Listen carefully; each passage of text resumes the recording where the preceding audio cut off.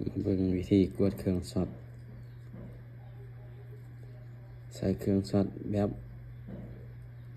ที่ว่าบ่จำเป็นต้องเราใส่สับหายใส่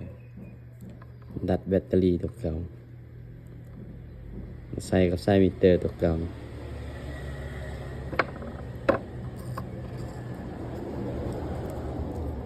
เอาหลังจากเราฮู้ว่าจุดที่ว่าควรป้อนไฟ5 โวลต์หรือ4 โวลต์เข้าวันได้แค่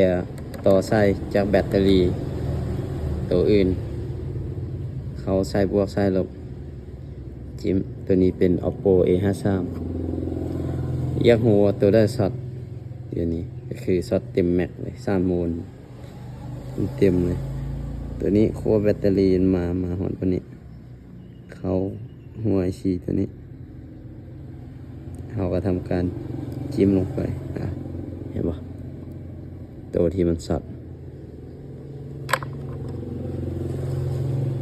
ไอซีซากช็อตตัวนี้แค่จิ้มลงไปเนี่ยสารมันจะดำขึ้นมาหลังจากนั้นมันจะมาเข้าหาไอซีตัวนี้น้อยตัวนี้ตัวอยู่ข้างเนี่ย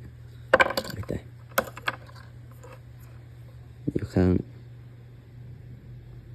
อยากหัวไอซีดีหรือว่าเม็ดดีก็คือ